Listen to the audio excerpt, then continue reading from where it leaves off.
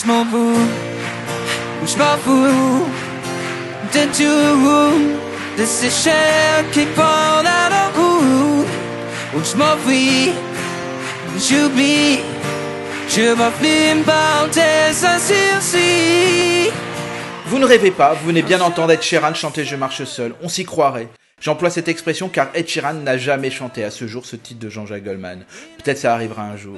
Nous sommes encore avec un service basé sur de l'intelligence artificielle.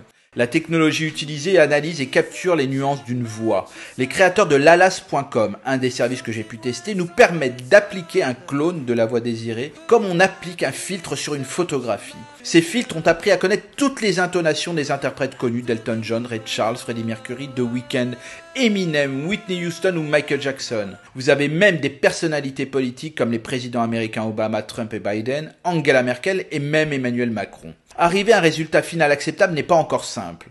Quelques connaissances techniques sont nécessaires. En effet, en plus d'envoyer juste un fichier comportant la voix isolée, ce qui n'est déjà pas aisé, il faudra ensuite mixer la nouvelle voix générée avec la musique originale. Mais notre imagination d'associer un chanteur à un autre peut être sans limite. Par exemple, Lady Gaga chantant du Enrico Macias. Donnez, donnez, donnez, donnez, donnez-moi, donnez, donnez, donnez, Dieu vous le rendra. Vous le voyez, le résultat n'est pas parfait. Mais pour Patricia Alexandrini, compositrice et enseignante à Stanford, le nombre croissant de morceaux générés par l'IA représente l'arrivée à maturité d'une technologie qui s'est développée de façon exponentielle durant la dernière décennie, tout en restant assez éloignée du grand public. C'est un bon exemple de ce que l'IA fait très bien, c'est-à-dire tout ce qui a trait à la ressemblance, dit-elle. Mais il n'y a vraiment aucun risque que cela remplace la riche histoire de l'art et de la culture créée par les humains. Face à cela, l'industrie musicale, après le piratage au début des années 2000 faisant chuter les ventes de disques et la gestion avec les plateformes de streaming, se trouve face à un nouvel écueil, la technologie. Comment éviter les dérives et cadrer tout cela ? Certains évoquent une nouvelle source de revenus, une forme licence de la voix des artistes qui contenterait tout le monde, sauf ceux disparus depuis longtemps. Le plus embêtant après les fake news qui peuvent faire basculer une élection d'un pays, nous avons donc les fake songs.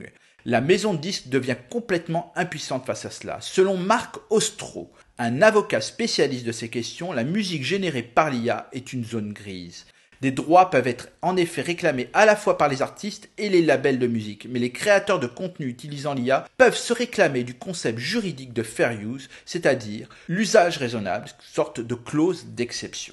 Je vous laisse sur ces bonnes paroles avec une dernière surprise interprétée par Emmanuel Macron.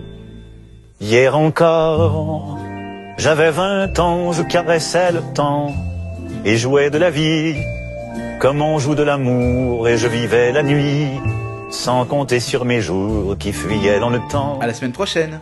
J'ai fait tant de projets qui sont restés en l'air, j'ai fondé tant d'espoirs qui se sont envolés, que je reste perdu ne sachant où aller, les yeux cherchant le ciel mais le cœur mis en terre.